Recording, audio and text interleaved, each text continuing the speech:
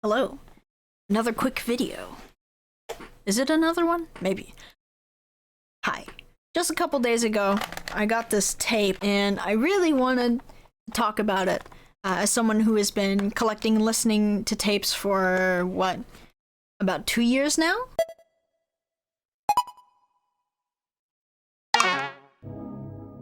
Not too long ago, I did find out that Machine Girl released some cassettes.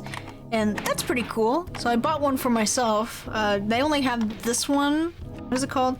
Because I'm young, arrogant, and hate everything you stand for.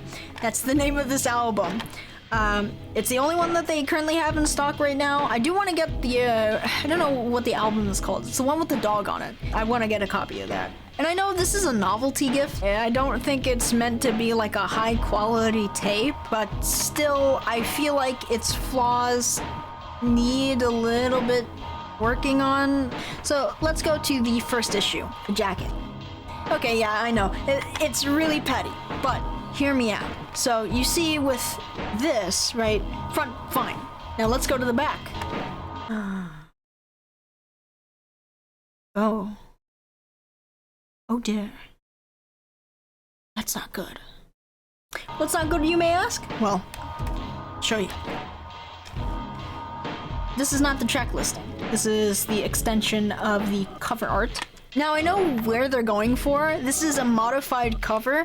It's missing, I think, a couple of things, and I think the text is somewhere else. If we see certain companies, Stone Temple Pilots has their track listing at the slim part of the back. If you see this one too, this one has all the track listings here on the back. This one has the track listings here on the back. This one has more tracks than whatever the Machine Girl album is called. It's a lot. And there's also this one too. You notice the modified sleeve. Alice in Chains' Dirt uses this, and so does Pearl Jam's 10.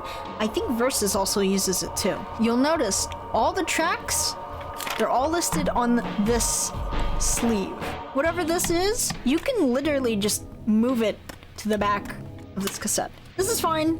This tape, I have no complaints here, especially since some cassette tapes don't list their track listings on these cassettes. But I'll talk about the quality in just a second. Now, where are the track listings, you may ask? They're right here, in the back.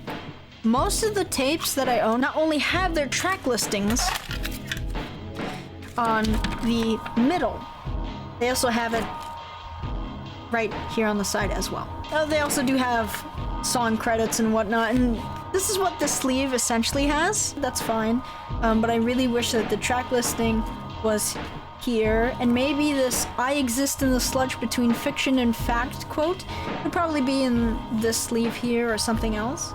I definitely see where they're going for, but you want to have that authentic tape experience. My Limp Bizkit album doesn't have what's on side 1 and side 2, which is why I excuse this. My 20 Chetnik songs doesn't have that either, and of course my other Limp Bizkit tape doesn't have that either. So let's get on to the last part, quality, as in audio quality. I was pretty disappointed by this.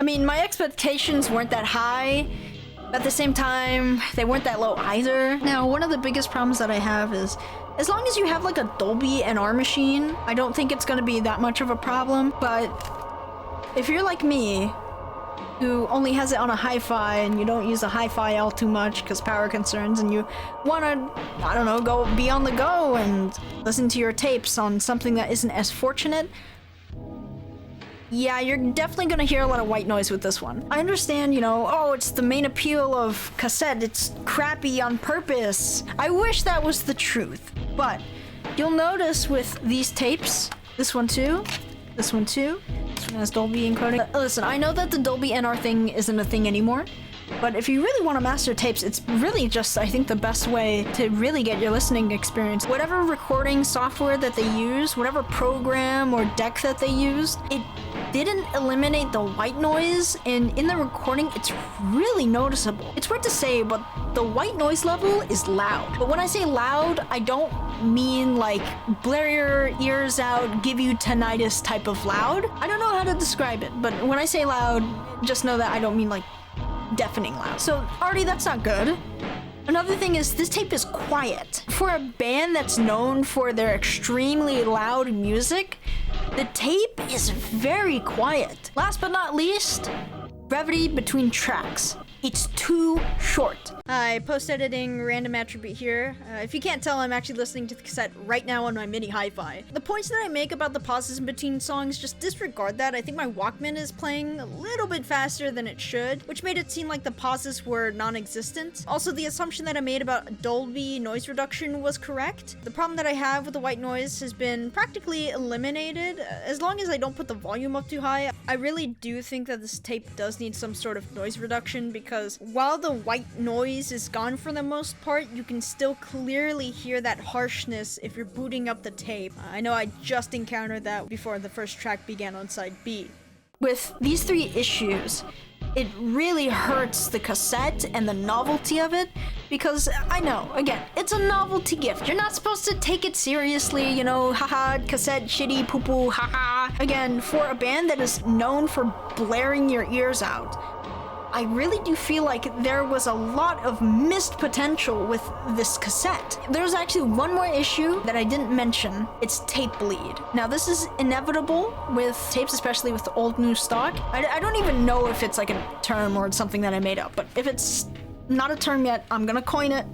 Tape bleed. It's basically when you can hear side B when you're playing side A and vice versa. You don't literally hear it, but you hear this faint, staticky type of thing, and you can tell it's a song in reverse.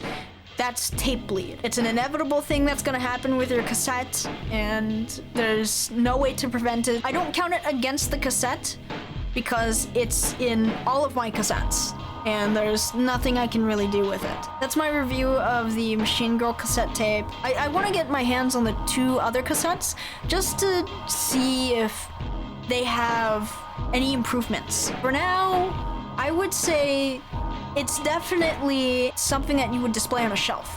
It's something that you certainly wouldn't play a lot. That's my review. I will see you in the next video.